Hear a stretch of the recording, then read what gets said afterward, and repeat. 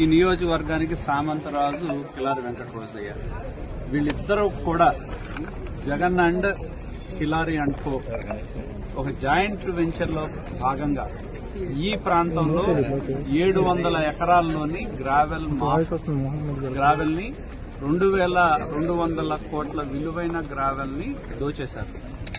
ఎందుకంటే ఈ ప్రభుత్వాధినేత అయిన జగన్మోహన్ రెడ్డి మాట్లాడితే ఆయన నేను విన్నాను, చూస్తాను, నేను కన్నానని చెప్పాడు.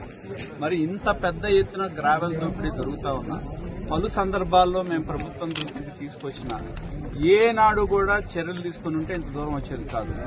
మేము పోరాటం చేసినప్పుడల్లా ప్యాలెస్ కి పిలుస్తారు. ఎంత దవ్వారో క్యాంప్ క్లర్క్ ఉన్నాడు కలెక్షన్ సజ్జల రామకృష్ణారెడ్డి పిలిచి లెక్కలు తీస్తాడు. చూసుకొని నువ్వు ఇంత దవ్వావు, ఇంత వచ్చింది, ఇక్కడ ఇంత కప్పం కట్టి వెళ్ళమని చెప్తారు. కాబట్టి ఇద్దరు కూడా Jagan and Kilari joint venture లో భాగంగా ఈ ప్రాంతంలో 100 ఎకరాల్లో గ్రావెల్ ని దోచేయడం జరిగింది. ప్రజల సమస్యలు ఏమన్నా పట్టినాయి అంటే పట్ల ప్రజల కోసం కాదు. ప్రజల ప్రాణాలు పోయినా, వాళ్ళ యొక్క రోడ్లు విధ్వంసమైనా, డొంకల నాశనమైనా, భూగర్భ జలాలు పోయినా 8 నెలల కాలంలో ఇవాళ ప్రజల సహకారంతో తెలుగుదేశం పార్టీ ఆధ్వర్యంలో ప్రజా పోరుబాటుకి మేము శ్రీకారం చుట్టడం జరిగింది. కళ్ల ముందు కనపడతా ఉన్నాయి పంచాయతీ చెరువులు. ప్రభుత్వ కార్యక్రమాల పేరుతో గ్రావెల్ దోపిడీ చేశారు. జడ్పీ చెరువు జగనన్న కాలనీలకి మెరకతో దాంతో 50 కోట్లు భోంచేశారు. ఇట్లా కళ్ల ముందు 100 కోట్ల దోపిడీ కనపడతా ఉంది.